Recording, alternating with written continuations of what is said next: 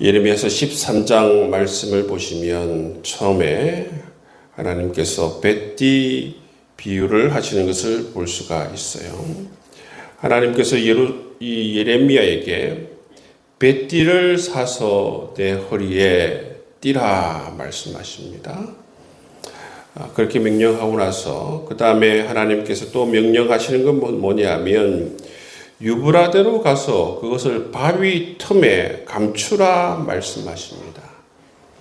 그리고 여러 날 후에 또 하나님께서 예레미야에게 말씀하시는데 유브라데로 가서 그 감추인 그 뱃띠를 또 가져오라 그렇게 또 말씀하시는 것을 볼 수가 있어요. 그런데 그 뱃띠를 가져오니까 7절 말씀해 보시면 띠가 썩어서 더 이상 쓸 수 없는 뱃띠가 되었다 말씀하시는 것을 볼 수가 있는 것입니다. 여러분, 이 썩은 뱃띠가 무엇을 의미하는가 하면 9절 말씀에 보면 내가 유다의 교만과 예루살렘의 큰 교만을 이같이 썩게 하리라 말씀하고 있어요.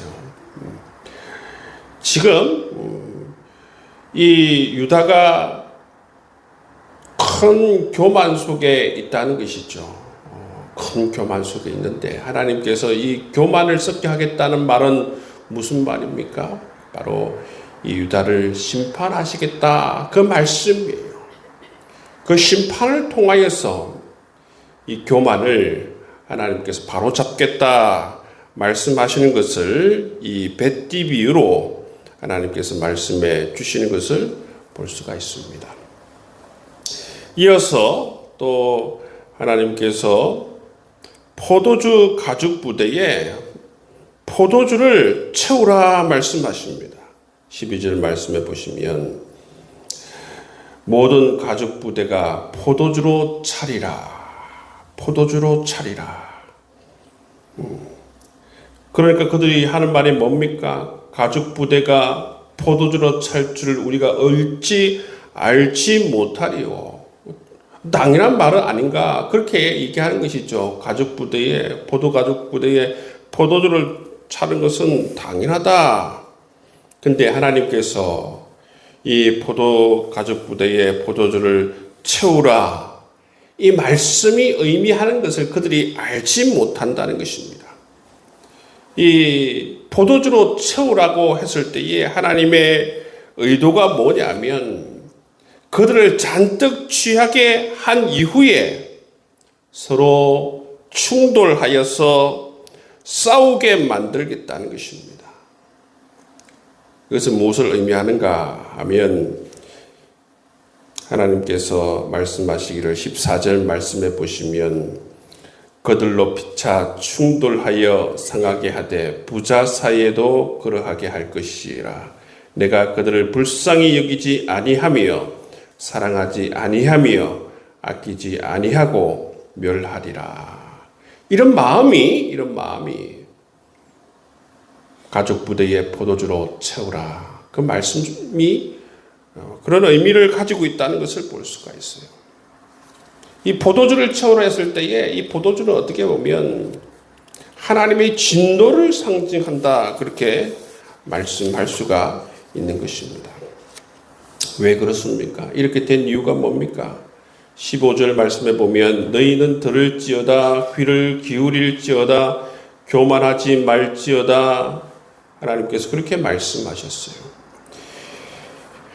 하나님께서 이처럼 뱃띠 비유를 들어서 설명하시고 포도주를 채우라 이 말씀하신 건 뭐냐면 다른 말로 말하면 15절 말씀에 있는 것처럼 이들이 하나님의 말씀을 듣지 않습니다.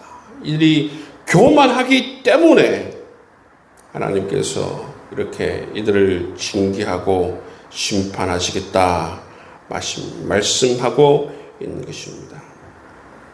17절 말씀에도 보시면 똑같이 얘기합니다. 너희가 이를 듣지 아니하면 나의 심령이 너희 교만으로 말미암아 은밀한 곳에서 울 것이며 여호와의 양떼가 사로잡힘으로 말미암아 눈물을 흘려 통곡하리라 말씀하십니다. 여러분, 이렇게 이 유다 백성들이 하나님의 말씀을 듣지 않고 교만하기 때문에 이 교만 속에는 바로 이 우상 숭배가 있는 것이지요. 하나님을 섬길 것을 말씀하셨지만 하나님을 섬기지 않고 우상을 섬기는 그 교만, 그것으로 말미암아 통곡의 눈물을 흘리게 하겠다 말씀해 주시는 것을 볼 수가 있습니다. 이처럼 하나님께서는 썩은 뱃띠 비유를 통해서 유다의 교만 한 그 상태를 하나님께서 꺾어버리시겠다. 포도주 비유를 통해서 말씀하시는 것은 바로 포도주로 잔뜩 취하게 하여서 너희들을 심판하시겠다.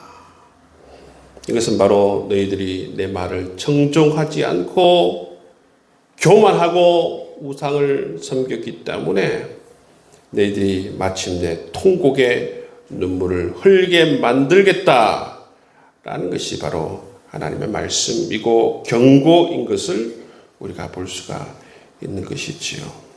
여러분, 이 말씀을 통하여서 정말 하나님께서는 우리가 깨끗하고 순결한 뱃띠 상태를 그대로 유지하길 원하신다라는 것을 우리가 알 수가 있습니다. 예레미야가 처음에 사서 그 허리에 맨 뱃띠는 깨끗하고 순결한 상태였어요. 왜 썩게 되었습니까? 유브라데 강에 그렇게 담겨져 오랫동안 있으니까 그것이 썩어서 이제는 더 이상 아무 쓸데없는 뱃띠가 된 것을 볼 수가 있죠.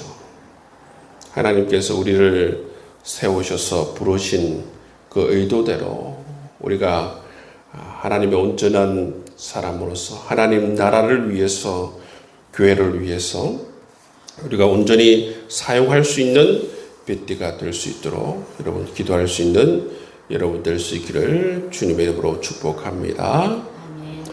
18절 이하의 말씀에 보시면 이 하나님의 심판으로 말미암아 왕조가 무너지고 뿐만 아니라 모든 성읍이 봉쇄가 되고 유다가 다 포로로 잡혀간다라는 그런 말씀을 해주고 있습니다. 어찌하여서 이런 일이 닥치게 되는가? 어찌하여서 이러한 심판이 유다에게 임하게 되는가? 말씀하는데 그 이유가 무엇인가? 그것은 바로 너무나도 악에 익숙하게 되었고 악이 그의 삶에 마치 이 구스인의 피부같이 표범의 반점처럼 그렇게 되어버렸다라는 것입니다. 너무나도 악이 오래 습관화되고 삶으로 되어서 더 이상 악을 그의 삶에서 뗄래야 뗄 수 없는 관계가 되어버렸다라는 것입니다. 그래서 이처럼 왕조가 무너지고 포로로 잡혀가는 이 이유, 어찌하여 이런 일이 내게 닥쳤는고 물으실 때에 23절 말씀에 보면 구스인이 그의 피부를 표범이 그의 반점을 변하게 할 수 있느냐? 할 수 있을진데 악에 익숙한 너희도 선을 행할 수 있으리라. 이 말씀이 뭐예요? 이 말씀은 반어법이에요, 반어법. 여러분, 어떻게, 구스인은 흑인입니다.